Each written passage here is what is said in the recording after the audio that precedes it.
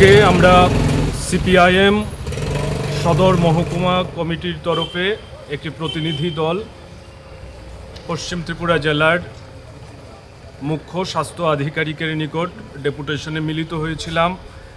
মূলত আমরা লক্ষ্য করছি আগরতলা শহরের বিভিন্ন এলাকায় স্মার্ট সিটির যে অপরিকল্পিত কাজ এবং তার জন্য বিভিন্নভাবে জনদুর্ভোগ সৃষ্টি হচ্ছে। তার মধ্যে অন্যতম হলো বিভিন্ন এলাকায় রাস্তা কাটা হচ্ছে, ড্রেন কাটা হচ্ছে। এতে করে জলের যে পাইপ লাইনগুলি আছে তার সংযোগ বিচ্ছিন্ন হচ্ছে, লিকেজ হচ্ছে এবং তার মধ্য দিয়ে নোংরা জল মানুষের বাড়ি ঘরে পৌঁছাচ্ছে এবং এই জল পান করার পর জন্ডিস সহ বিভিন্ন ধরনের জলবাহিত রোগে সাধারণ মানুষ আক্রান্ত হচ্ছে। অন্যতম আক্রান্ত এলাকা রামনগর, কৃষ্ণনগর, আগরতলা শহরের জয়নগর এবং বিভিন্ন জায়গা থেকে এই সমস্যাগুলি বারবার উঠে আসছে। আমরা অতীতেও এই নিয়ে ডেপুটেশন সংগঠিত করেছিলাম। আমরা দাবি করেছিলাম জনস্বাস্থ্যের বিষয়ে কোনো ধরনের দুর্বলতা দেখানো চলবে না।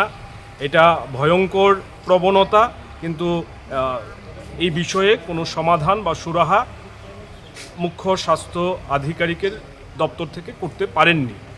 আমরা আবার এসছি, মূলত রামনগর, কৃষ্ণনগরে যে সমস্যা চলছে, জন্ডিসের যে প্রাদুর্ভাব হয়েছে তা থেকে মানুষকে মুক্ত করার জন্য যাতে বিশেষ পদক্ষেপ নেওয়া হয়, রক্ত পরীক্ষা, সচেতনতা তৈরি করা, স্বাস্থ্য শিবির করা, এই উদ্যোগের মধ্য দিয়ে যে সমস্যা তৈরি হয়েছে মানুষের পাশে দাঁড়ানোর প্রশ্নে যাতে সদর্থক ভূমিকা পালন করেন, সেই দাবি নিয়ে আমরা সিপিআইএমের তরফ থেকে একটি প্রতিনিধি দল ডেপুটেশন সংগঠিত করেছি। কি বলেছে মুখ্য স্বাস্থ্য আধিকারিক? মুখ্য স্বাস্থ্য আধিকারিক আমাদের আশ্বস্ত করেছেন ওনার তরফ থেকে ইতিবাচক পদক্ষেপ রয়েছে এবং উনি চেষ্টা করবেন যে সমস্যা তৈরি হয়েছে এলাকাগুলিতে সেই এলাকার সমস্যা সমাধানের জন্য, যাতে এই রোগ ছড়াতে না পারে তার জন্য উপযুক্ত পদক্ষেপ গ্রহণ করবেন।